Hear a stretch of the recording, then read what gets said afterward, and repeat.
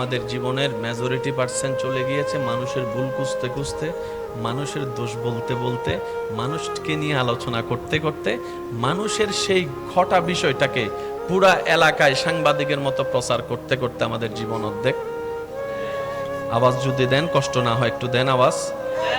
আমাদের জীবন অর্ধেক। কিন্তু বুদ্ধিমান তারাই যারা নিজের গুনাহের জন্য আল্লাহর কাছে তওবা করে করে সময় ব্যয় করেছে, তারাই বুদ্ধিমানের জায়গায় নাম লিখিয়েছে। নিজের জন্য তওবা করেছে, আবার সেই জায়গায় তওবা করে ক্ষমা চেয়ে আল্লাহর থেকে ক্ষমা নিয়ে নেকির পাল্লা ভারী করার ব্যবস্থা করেছে। বলেন না সুবহানাল্লাহ। আর একটু জোরে বলি না সুবহানাল্লাহ।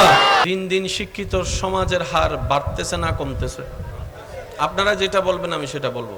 সার্টিফিকেট ওয়ালা কমতেছে না বাড়তেছে? বাড়তেছে। স্কুল কলেজ বলেন, স্কুল কলেজ এ প্লাস সংখ্যা, গোল্ডেন এ প্লাস সংখ্যা। তাহলে শিক্ষার যদি হার বাড়ে, অটোমেটিক বুঝে নিতে হবে অন্যায়ের হার।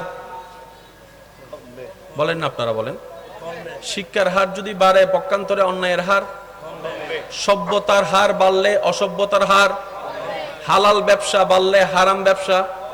একটু জোরে বলেন না। ছেলে সংখ্যা বাড়লে মেয়ে সংখ্যা, প্রত্যেকটা বিপরীতটা হচ্ছে বাড়লে আরেক বিপরীত কমে।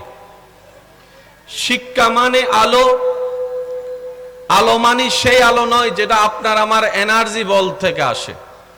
শিক্ষা মানে হচ্ছে ব্রেনের আলো, মনের আলো, সুন্দর চিন্তার আলো। সুবহানাল্লাহ বলি। শিক্ষা মানে হচ্ছে অন্যায়ের বিপক্ষে জ্বলা একটা প্রদীপ। শিক্ষার আলো মানে সন্তানের অন্তরে মা বাবার প্রতি আদব ভক্তি শ্রদ্ধার আলো। কথা বলেন না ভাইয়া। শিক্ষা মানে হচ্ছে অরাজকতার বিপক্ষে, অন্যায়ের বিপক্ষে, লুটতরাজের বিপক্ষে, চুরি ডাকাতের বিপক্ষে, অন্যায়ের বিপক্ষে। কথা বলেন ঠিক কিনা? এবার প্রশ্ন রাখতে চাই, দিন দিন কি শিক্ষিতর হার কমতেছে না বাড়তেছে? কিন্তু বাটপাড়ির হার কমতেছে।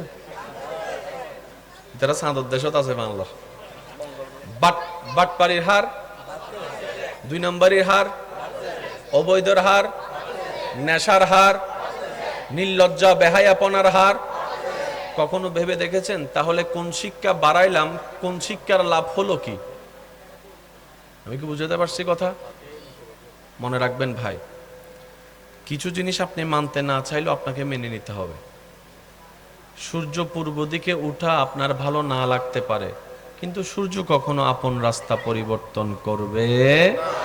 আপনি সাজালেন বিয়ের প্যান্ডেল, মাহফিলের প্যান্ডেল, মুষলধারা বৃষ্টি এসে সব লন্ডভন্ড করে দিয়েছে। আপনি মানতে না চাইলেও মেনে নিতে হবে। একটু কথা বলেন না ঠিক কিনা? প্রিয় মানুষকে কেউ হারাতে চায় না, কিন্তু রবের যখন হুকুম চলে আসে, আজরাইল যখন তার জানটা নিয়ে যায়, মেনে নেওয়া ছাড়া। পৃথিবীতে 2 ধরনের ডাইমেনশন আছে, মনে রাখবেন, জেনে রাখবেন, মাথায় বসায় রাখবেন। একটা আপনি চাইলে পরিবর্তন করতে পারেন, সেই ক্ষমতা আপনার আছে। আরেকটা যেটা আপনি আমি কারো বাপদাদা 14 গোষ্ঠীর ক্ষমতা নাই পরিবর্তন করার। কথা বলেন ঠিক কিনা? আপনি পরিবর্তন করতে পারেন আপনার ঘরের রুমের কালার, আপনি পরিবর্তন করতে পারেন আপনার বাসার সেই ডিজাইন, আপনি পরিবর্তন করতে পারেন আপনার সন্তানকে কি মাদ্রাসায় পড়াবেন নাকি স্কুলে পড়াবেন, আপনি পরিবর্তন করতে পারেন আপনার প্রাডো গাড়িটাকে বাদ দিয়ে আপনি ল্যান্ড ক্রুইজার গাড়ি কিনতে পারেন, আপনি পরিবর্তন করতে পারেন আইফোন থেকে আপনি স্যামসাং এ চলে যাবেন, আপনি পরিবর্তন করতে পারেন আপনার বউয়ের পরা সেই শাড়িটার রংটা আপনি পরিবর্তন করতে পারবেন, আপনি পরিবর্তন করতে পারেন আবাসিকে আপনার ভালো লাগছে না, আপনি সেখানে সবকিছু বিক্রি করে গ্রামে জায়গা নিতে পারবেন। আপনি সেটা পরিবর্তন করার ক্ষমতাও রাখেন, রব্বুল আলামিনের পক্ষ থেকে সুযোগও আছে। কিন্তু আপনি চাইলে আপনার চোখ পরিবর্তন করতে পারবেন না। সুবহানাল্লাহ একটু জোরে বলি। আপনি চাইলে আপনার কলিজা পরিবর্তন করতে পারবেন না, আপনি চাইলে আপনার রক্তের গ্রুপ, ব্লাড গ্রুপ পরিবর্তন করতে পারবেন না, আপনি চাইলে আপনার ফিঙ্গারপ্রিন্ট পরিবর্তন করতে পারবেন না, আপনি চাইলে আপনার ডিএনএ পরিবর্তন করতে পারবেন না, আপনি 1000 বার চেষ্টা করলেও আপনার মা পরিবর্তন করতে পারবেন না। সুবহানাল্লাহ একটু বলি। মা ডাকতে পারবেন, পরিবর্তন করতে পারবেন না যে এটারে বাদ দিলাম আরেকটারে বসাইলাম।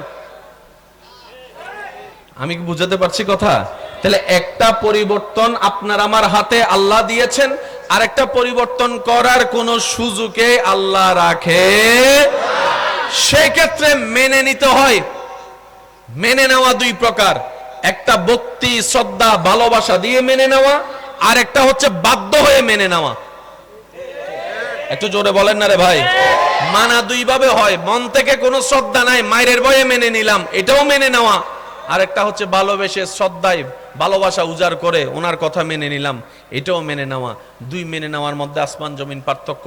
আপনি যদি যে কোনো আলেমকে জিজ্ঞেস করেন যে ভাইয়া, জোর করে যদি কেউ কাউকে ভয় দেখিয়ে ইসলামে কালিমা পড়ায়, সে কি মুসলমান হবে? প্রত্যেকটা আলেম উত্তর দিবে না, কালিমা পড়লেও সে কখনো মুসলমান হবে না, কারণ সে দিল থেকে আসে নাই। রবের দরবারে সেটাই কবুল হয় যেটা বান্দা মুখে বলার আগে দিল থেকে স্বীকার করে নেই। যতক্ষণ দিল হাজির হবে না, আপনার কালিমা বলাটা কবুল হবে না। যতক্ষণ দিল হাজির হবে না, আপনি সারা জীবন ভর আল্লাহকে এক বললেও সেটা কাজ হবে না। ঠিক তেমনি ভাবে যতক্ষণ দিল হাজির হবে না, নামাজের নামাজও পরিপূর্ণ হবে না।